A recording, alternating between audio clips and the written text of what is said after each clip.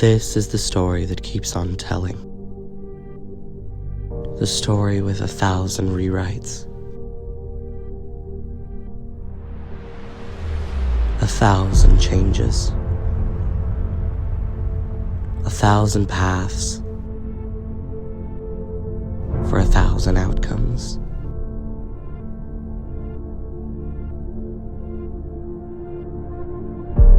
So, have you figured out the story yet? Have you uncovered the butterfly effect? I suppose the answer is no.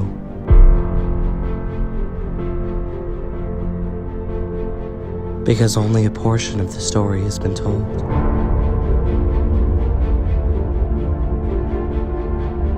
Only one path. In this story's case, anyway. Has to be walked to create this catastrophic, heartbreakingly devastating outcome. Have you been listening closely? Because everything I say has a reason.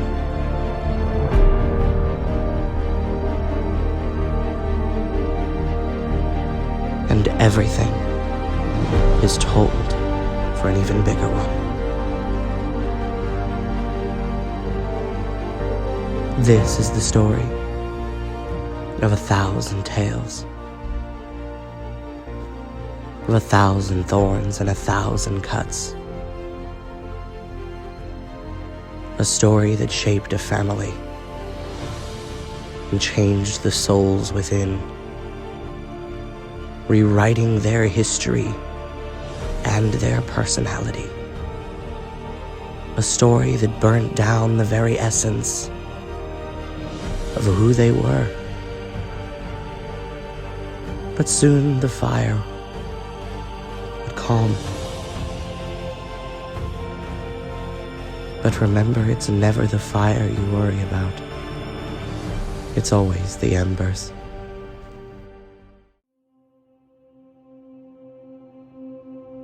The father and oldest sister called the two younger children into a bedroom.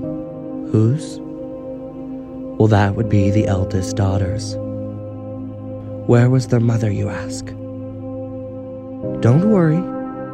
Nothing bad happened to her. Just listen and the story will begin to unfold. As the two children sat next to their eldest sister on a bed wrapped in sheets of blue silky zebra print, their father sitting on a chair in the corner, almost in tears, not to mention in disarray, while the eldest sister sat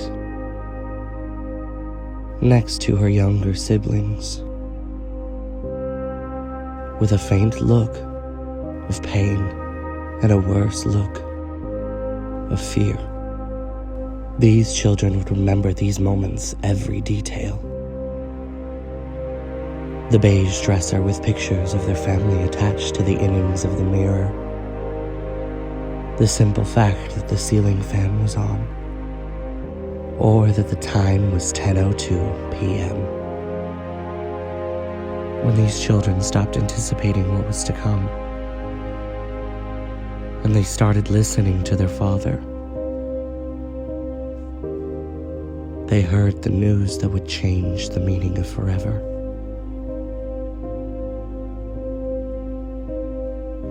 The father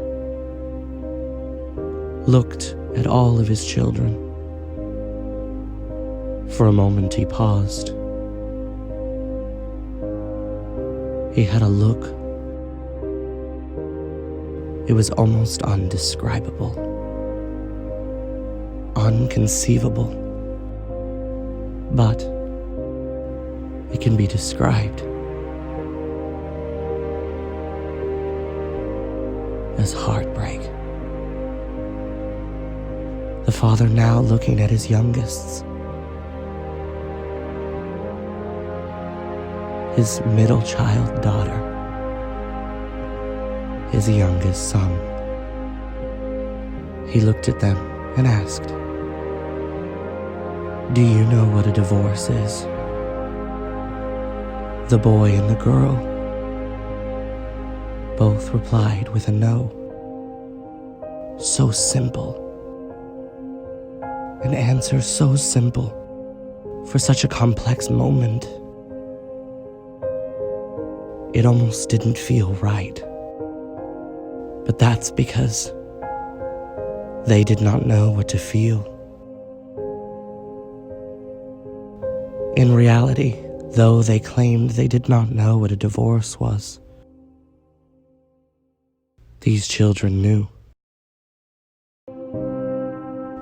And in that moment, these children would begin to feel something.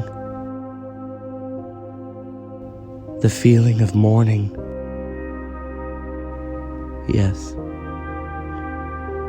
they began to feel the mourning of someone. Torn between two, a mother and a father. But these children hid these feelings for a while,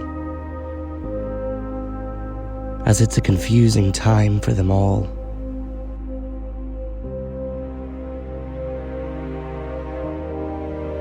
But the children continued to hide it for a while,